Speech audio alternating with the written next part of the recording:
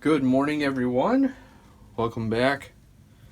It's been overnight since I left you. I got the back glued on. That's what you saw at the end of the last video. I can show you that really quickly.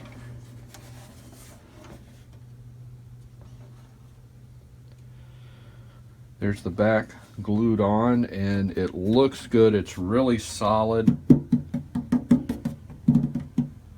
All of that. So we're in good shape there. We've got it back together, and I've got about 30 or 40 minutes or so to work this morning before I have to get ready to go to work. So let me just show you what I started doing here, and you can see, let me just zoom where I'm going to work. Where I've already done a little bit, I'm going to move you, so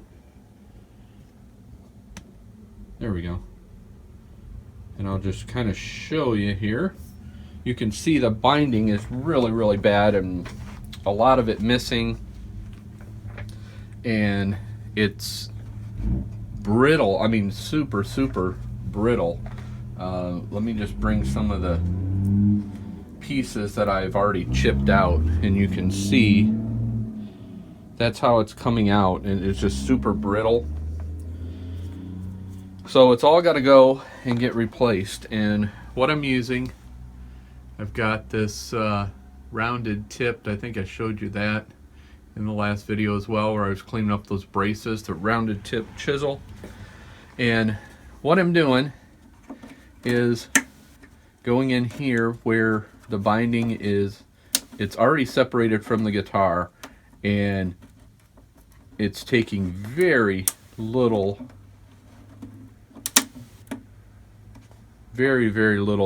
pressure or anything to get this old binding out.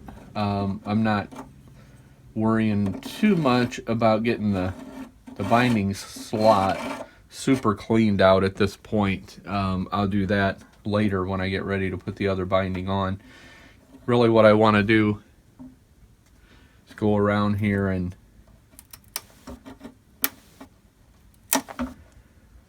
get all of this binding off, and you see how easy that just came off there.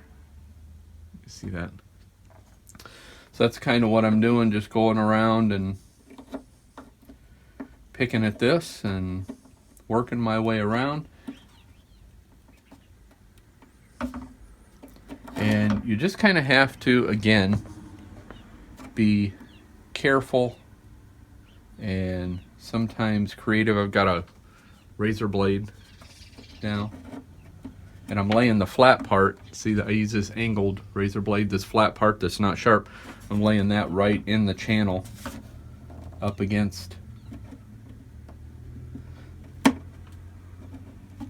and see that helped just get that part out. It was kind of glued up against the side wall there, so the razor blade got in there. So you kind of have to use different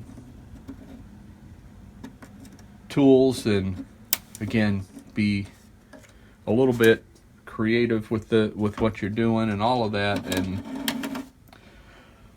what you don't want to do is damage, especially on the top. You don't want to do any damage, so you have to kind of be careful as you're going through here. And this is so brittle. I mean, it's chipping out. Can you see that right there where it just chipped out? It's almost chipping out, like it's almost like glass, to be honest with you, is what it's like at times. And what I'm trying to do here is get between the two pieces of binding and then pry it a little bit. Again, you got to be careful with downward pressure. You just have to be careful because it's wood, of course, and it's not very, it's not a thick piece of wood. I mean, you can break it if you're not careful. So, and when it's coming out very clean. There's really not any glue left. If I do a wood binding, like I'm really thinking about, I will spend some time and make sure that there's no glue in those binding channels, so I can, get a good glue joint there and don't have to worry about the binding coming off down the road.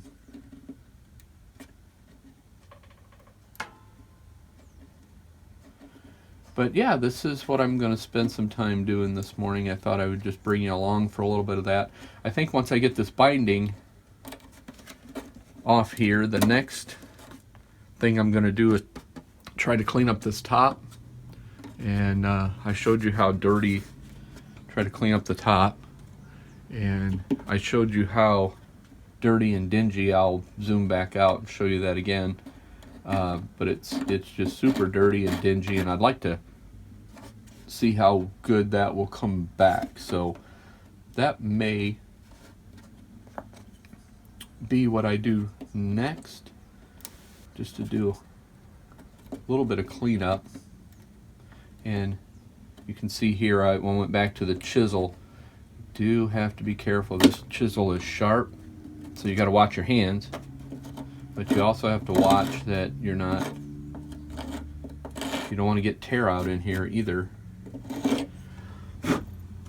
So done that little section there and got that cleaned out. There's bunches of binding all the way around the guitar, but you can see just in that short time there, what's it been, 5 minutes or whatever, and this whole section is now even off the camera there. But this whole section I did while I was kind of chatting at you. So I think what I'm going to do is pause you and get the rest of this binding off, and then I'll bring you back when I start in on the cleanup on the top. So I'll be back with you. Good evening and welcome back to the workshop. It's good to have you back with me, and it's good to be back on the 1937 Epiphone Triumph, and I'm excited about getting this guitar playable. As you saw in the last video, I got the back reattached, and then I shared with you a little bit of removing this binding. I got all of that done. I'll still need to clean the binding channels a little bit before I get ready to glue in, but wanted to bring you, and actually I've got you in the tripod. Let me grab you real quick and bring you handheld, and so I can maybe zoom you in a little bit. I did just a bit without you, just to see how things were gonna play as far as the cleanup and all of that on the front. Let me first see if I can get you a good shot of the headstock, because that cleaned up really nice. And all I did was the process that I'm going to show you here in just a few minutes was just lighter fluid, and then I used the semi-chrome polish. I have not waxed that yet. That's just one cleaning and then one coat of the polish. And then I tested a little spot here. So on this side, you can see everything is just real dirty. It's not super reflective or anything, but I cleaned a spot there. That's the first spot that I did. And then I spent a little time up in this corner with the lighter fluid and the polish, and it's not bad. I mean, you got to remember, it's an 82-year-old guitar. See, I told you I wasn't gonna refinish the top of this guitar, and I'm not. But like this spot here and these spots here, I will take my amber dye and touch those to blend them in, and there's probably a few other spots that I'll run across. But what I'm gonna do is I'm gonna focus this video on this section of the guitar right here. And again, we're not going to get these. Let me zoom kind of way in here. These are actually dents in the top. I'm not sure what happened there. I mean, it's almost like somebody had something that was doing this. So we're not going to get that out, and I'm not going to fill that. I'm not going to do anything unless it stands out, and I might put just a little touch of dye on there to help it blend a little bit. Again, I kind of want the age of the guitar to show through. I want it to look like a well cared for old guitar. So that's what I'm going for. I'm getting you back in the tripod here, so just bear with me as I kind of refocus here, and I'm going to zoom so you can see that's the area right there. That's the area where I'm going to be working, and actually I'm going to get rid of the stand so the guitar lays flat on the desk there. Try to get stuff out of my way. I always make a mess working on stuff, and I need to readjust you because of that a little bit.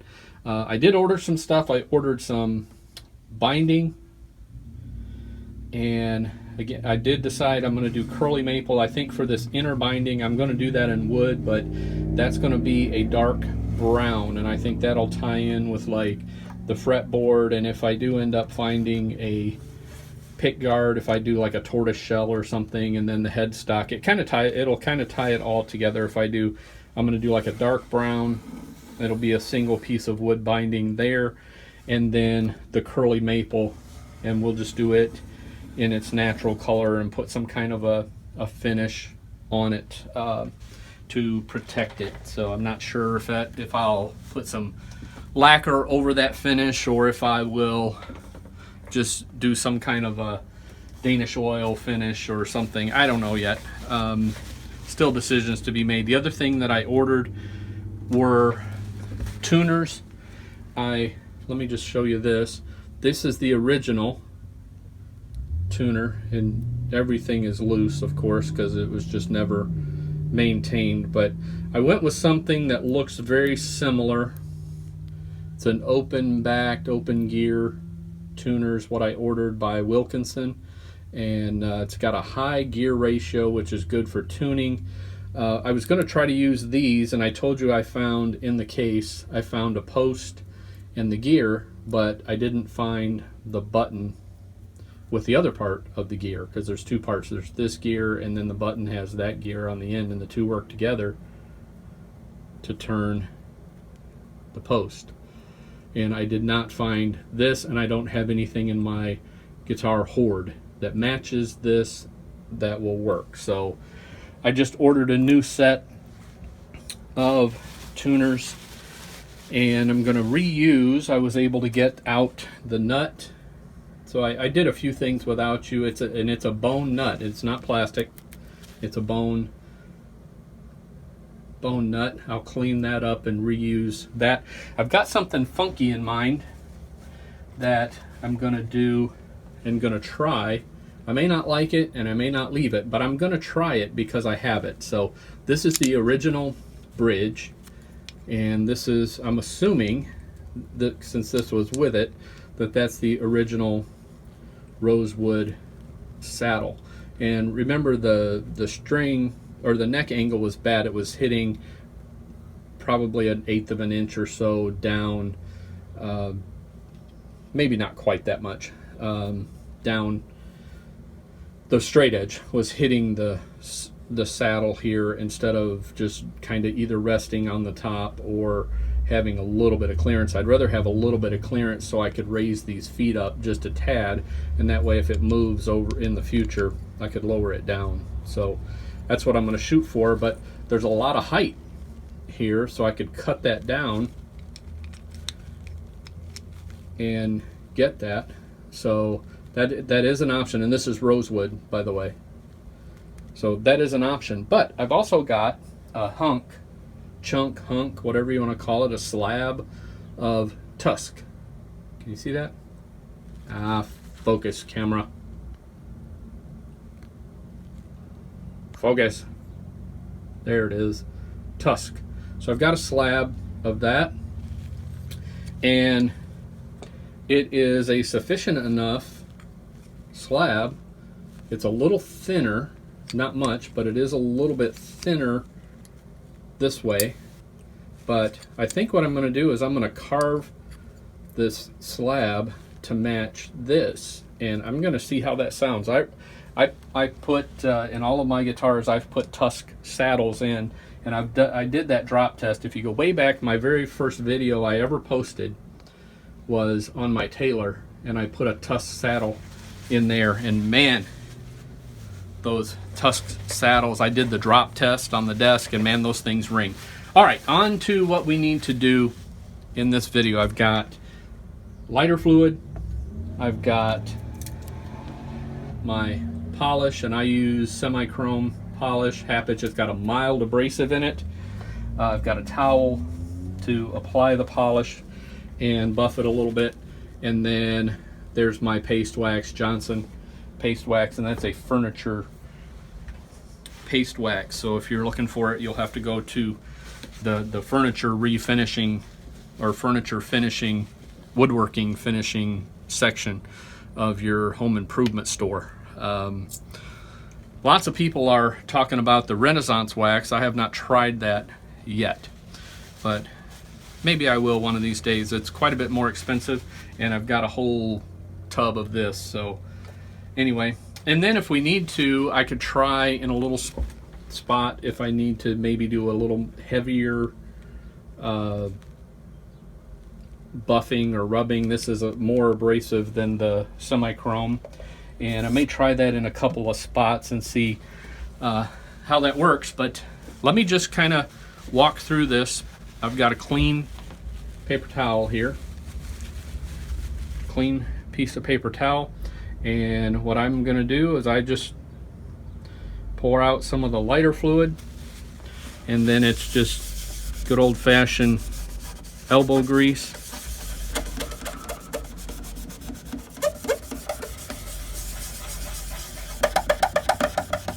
And the shop light really helps because you can kind of tell what, you hear the squeaking, but you can kind of tell with the shop light shining, you can really tell what's dirt and what's not. So if you hit something and it's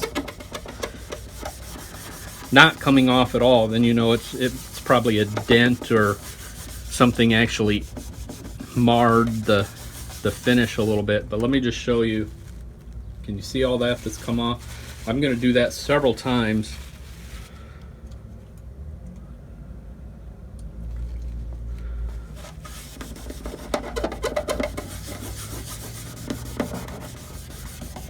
And I'm just going to do this one area for you because this is a very time-consuming thing to do the entire instrument.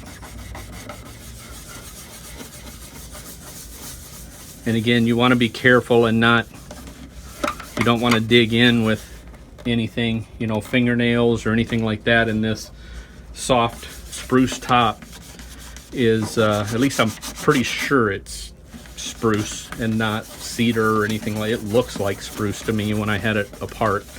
If somebody knows different, feel free to correct me on that. But if you push with your fingernail or something, even through the paper towel, and again, a bunch of dirt there, and I just keep turning the paper towel and doing this until you'll be able to feel it as well as see it on the paper towel when you get things pretty well cleaned up.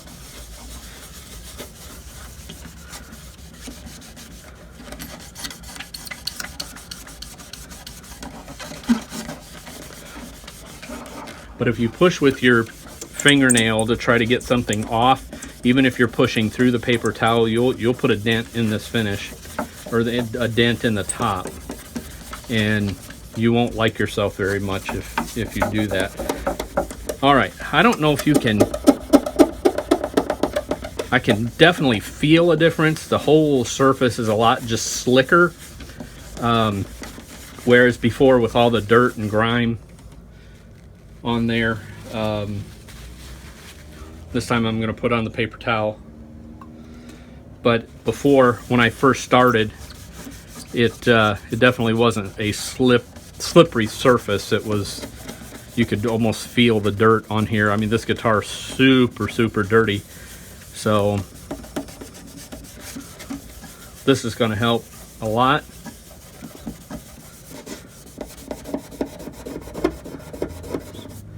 So just in the look of the guitar. And again, I'm only going to work on this area here for right now, so you can kind of see the process and see the transformation that happens. So I think that's all I'm going to do with the lighter fluid. I'm going to go straight to the polish. And for this area, that's probably plenty. Can always use more if we need to. And I just use an old towel.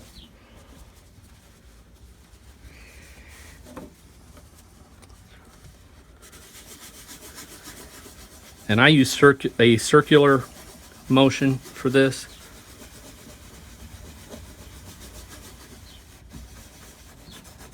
Of course, up against the, and out on the edges and up against the fretboard, you really can't use a circular motion, but you can most everywhere else. But really trying to work the polish, because again, it's got a mild abrasive in it. And so trying to work it down into these areas to clean them, especially down in these dents and different areas. So there's that. It doesn't look very polished, but you can tell it took off a lot more stuff. So now I'll just move to a clean spot on the towel.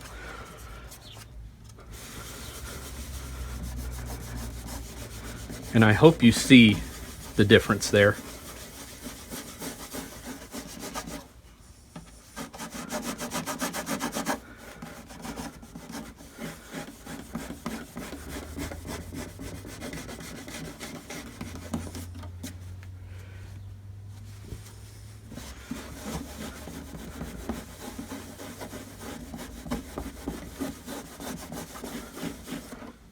I hope you can see that. Man, that looks night and day. It really is a lot better. I might do one more, just a little dab of the polish right on the towel.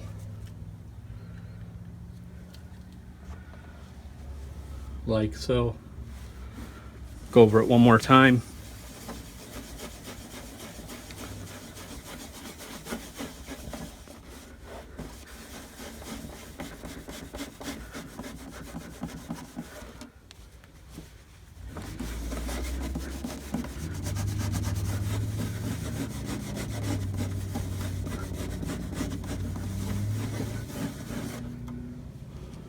And that's it. That's the process. Again, it's a lot of rubbing, a lot of elbow grease, a lot of time, but I really hope you can see the difference. Again, I zoomed in there. You can see those dents. I'm not taking those out. That would require sanding and refinishing, and I'm not going to do that. But compare that to the area down there, and man, what a difference. Even the area just here in front of the F-hole looks hugely different than the area we just cleaned up right, or that I just cleaned up right there. I may try a little bit of the thinking about maybe trying a little bit of the rubbing compound in this darker area, see if I can get that cleaned up a little bit more, and then repolish that. I may try just a little area. I'm thinking, I haven't found a pick guard yet. I'm still looking. In fact, I may even make my own. I haven't really decided yet. I did find some pictures of other guitars in this time frame and all of that, and so I could duplicate, I think, buy a sheet of material and route my own. But I'm thinking about all of that. I have a mounting bracket that would work for here to hold it, and then, you know, figure out whatever I need for a bracket on this end, or this has a hole in the side of the fretboard, so maybe put some figure out a way to actually hook it into the fretboard that way. But I think what I'm going to do, because we're hitting almost, I think, 15-20 minutes long on the video here, but you've seen me do this area here. I think what I'm going to do is take some time, do the rest of the top, and maybe even go ahead and work on the sides a little bit. And then once I have it to that point, I'll bring you back in and show you an after. So I'm going to take you handheld one more time and just kind of show you that's the area, and I want you to see the light reflecting in the area that I did compared to the area down here that I haven't done. I mean, you can see the light. Sorry about that. You can see the light, but it's not reflecting in the finish like it is here. You could see the light duller and duller, and I just haven't cleaned down here yet. So I think this is where I'm going to break, and I'm going to work on this a little bit more. I've got several other things that I want to do. I need to do a fret leveling. I used my radius. I've got some radius gauges here. It is a 12-inch. You see the 12-inch there. It's a 12-inch radius fretboard, and I've got my 12-inch radius block. So I'm going to do a fret leveling and recrowning. They're pretty cruddy anyway. I normally color those. I probably don't even have to do that, as cruddy as they are. And yeah, just try to make some more progress on this. I've got to figure out what I'm going to do with those two holes there, and I found some others. I don't know why, but there are some holes in the side of the neck on this side. Maybe somebody did this to hook their strap to because they tried this and it didn't work, whereas the strap button, and I'll show you when we get to that, should go on the other side. That's not a bad location, but it should be on the other side. What I typically do is go half the distance, so this width, divide that in half, and then the thickness, divide that in half, and that's my spot for, so it'll be more where my finger is, the end of my finger, but on the opposite side, underneath here, will be the strap button. And I ordered those too, by the way. I'm going to put some modern strap buttons on because I do want to play this guitar. And if I do play it and, you know, do acoustic sets somewhere or whatever, it'd be nice to bring this out maybe every once in a while, kind of tell the story behind how I got it and all that. Anyway, enough of that. I'm going to get busy and do a bunch of cleanup on this top, and I'll bring you back in. Consider this view right here a before, and when I bring you back, I'll give you an after and can let me know what you think. So I'll be back with you in just a little bit. Welcome back. It's been about, I'm guessing, an hour and a half or so since I left you, but the transformation in this guitar I think is pretty good. I've got you handheld for this last little segment of this video, and man, it just, you can see the reflection of the light everywhere, and you can see the age of the guitar coming through. Let me kind of hold it up, see if I can maybe stand it up that way, move back for you. Look at that. Look at that. That is beautiful.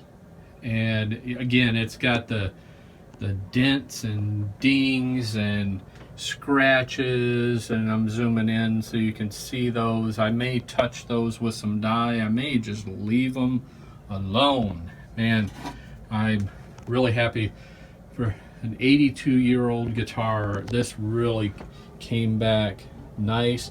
I did go ahead and do the sides. You can see they cleaned up really well, which I expected because the back cleaned up so nicely.